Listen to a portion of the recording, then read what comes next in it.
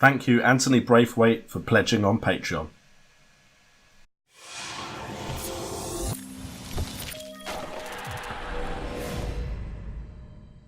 What's up, guys, and welcome to FPL Today. I'm the man in the know, JNO, and welcome to my final draft team for the new Fantasy Premier League 2019-20 season.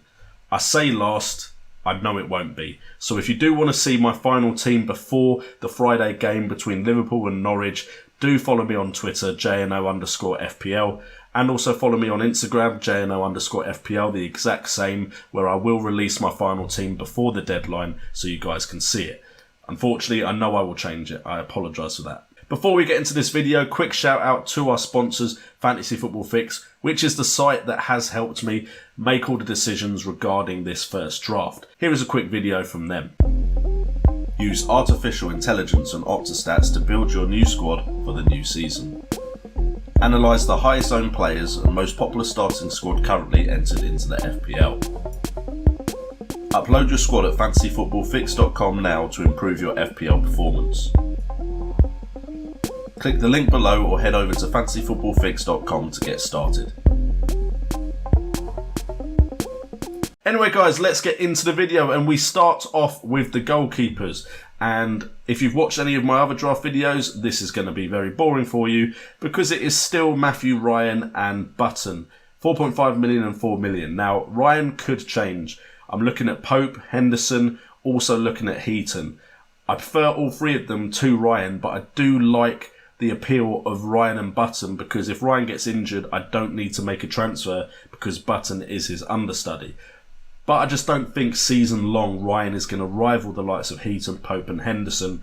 So that's probably going to change before the deadline actually closes. We then got the defenders, and I would go into stats, but I already have in previous videos. If you want to go check them out, they should be in the link and the card in this video, but I'm going with Zinchenko because it's 5.5 million. Manchester City defender for 5.5 million that I believe is going to start. Seems a good way to start the season. If you didn't know, I'm planning on using an early wildcard, so I only need him to really appear in the first 4 game weeks. I'm then looking at Digne at 6 million, purely because I feel like I need an Everton player in my side because of how good their fixtures are. I'm not as confident in that Everton side as I was initially when the fixtures first got announced. They have brought in Bamin. I don't know if you pronounce the G. I'll try and learn how to say that name. But they have brought him in, so potentially that could shore up the defence because they've got someone to play the Idrissa Gueye role. They haven't replaced Zuma yet, so I'm just not too confident in Everton as a whole, although they have made some exciting moves in this transfer window. Then we've got Trent and Van Dijk, purely because it's just 0.5 million cheaper than having Robertson and Trent. Now, Trent is, of course, an issue because there's the potential for rotation. Joe Gomez can play right back, whereas Robertson still feels like the only legitimate left back and will probably get the game time. What I might do, just because it's the start of the season, is be a bit more secure and go Robertson, but I actually think Trent will outscore Robertson this season if he gets the amount of game time or around the amount of game time that Robertson gets. Van Dijk is just a bit more of a value option than going with the other fullback. Van Dijk is also pretty nailed on as well, so it's unlikely that Trent and Van Dijk won't start in a game week. We then move on to Ryan Fraser in midfield. I just feel like Bournemouth have a very good start to the season, and Fraser and Wilson, even at their increased price, still seem like great value for money for me. Richarlison is in there right now as well because, again, I feel like I should have Everton coverage. I'm not that confident in him though, but Richarlison has started the last 2 seasons off very strongly, and hopefully, as I only need him for the first 4 game weeks, he can do that again. We've then, of course, got the usual Salah and Sterling in midfield. I just feel like they're going to be the highest point scorers this season. There might be an outsider that comes in and rivals them, and if there is, they're a lot cheaper than these two, so I can always make a move to them or try and add them onto my side. And for the record, no matter what changes about my side, I'm pretty confident Mohamed Salah will be captain and Raheem Sterling will stay in the side. Those two are probably going to be my rotation on the captaincy armband. Then up front we have King and Jota. Now a lot of this is to do with the fact of how heavily I'm spending in midfield and defence. I would prefer Wilson there. I do think Wilson just generally season long will outscore King, even with penalties being a factor with VAR. And Jota, I don't feel he's that under threat from Catrone. coming in at Wolves, and I just think he looks very good at the tail end of the season.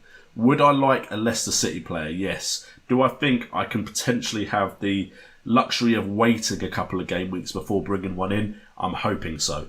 Vardy and Perez are the ones that I really think could be explosive, but Tillmans and Maddison could also be very good options, and I kind of want to see how that team lines up, even though they shouldn't line up too much differently than last season, to see where the points really are going to come from. But Vardy is one that definitely interests me a lot. Also, the way this team is set up, there are a bunch of players that are going to be on my watch list that are cheaper than a lot of these options that I can easily and quickly downgrade to. Apart from, of course, the strikers. I can't downgrade to a lot of strikers when I'm starting with 6.5 million ones, but most of the premium ones are well known to us already, and it's only really 2 transfers, and I plan to hold my transfer from Game Week 1 moving to Game Week 2 to get one of those premium strikers in if I feel it is necessary. And then finally we have the bench fodder. Literally, Lundstrom, Dendoncker and Greenwood are there to sit on the bench. Dendoncker and Lundstrom I have high hopes for actually being starters, which means if for some reason another one of my players doesn't start, they can come in and give me those 2 points, potentially even more with the likes of Dendoncker. Even Lundstrom could maybe get some more points somewhere. Greenwood I'm not too confident about, and I'm really not confident in strikers in general that are going to at least play that are at this price range.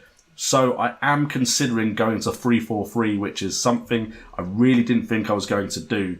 But I feel like Lundstrom, Dendoncker and then potentially another £4 million defender who could start is a better move than a £4.5 million striker that could start when I could save 0.5 million if I just go with the defender. Because if both don't start, at least I've saved 0.5 million. Anyway, guys, that is it for my team. It's a quicker video because I didn't want to go too much into stats because I've done that with a lot of these players already. Let me know what you think of this team in the comments down below, and let me know what moves you would make differently. Let's have a conversation about it. So if you have enjoyed it, please do hit that subscribe button, that like button, and that notification bell so you know when my videos go live. We should be live streaming at least one more time this week before the season starts as well, so make sure to hit that notification bell for that. Also, go check out my Patreon page if you want to join a group of like-minded people in a Discord talking about FPL. We're also going to have a mini league with a prize, as well as a monthly mini league with a prize as well, and it is all for just $1. All that being said, thank you guys for tuning in so much. I've been JNO, this has been FPL Today, and remember, it's all about the game.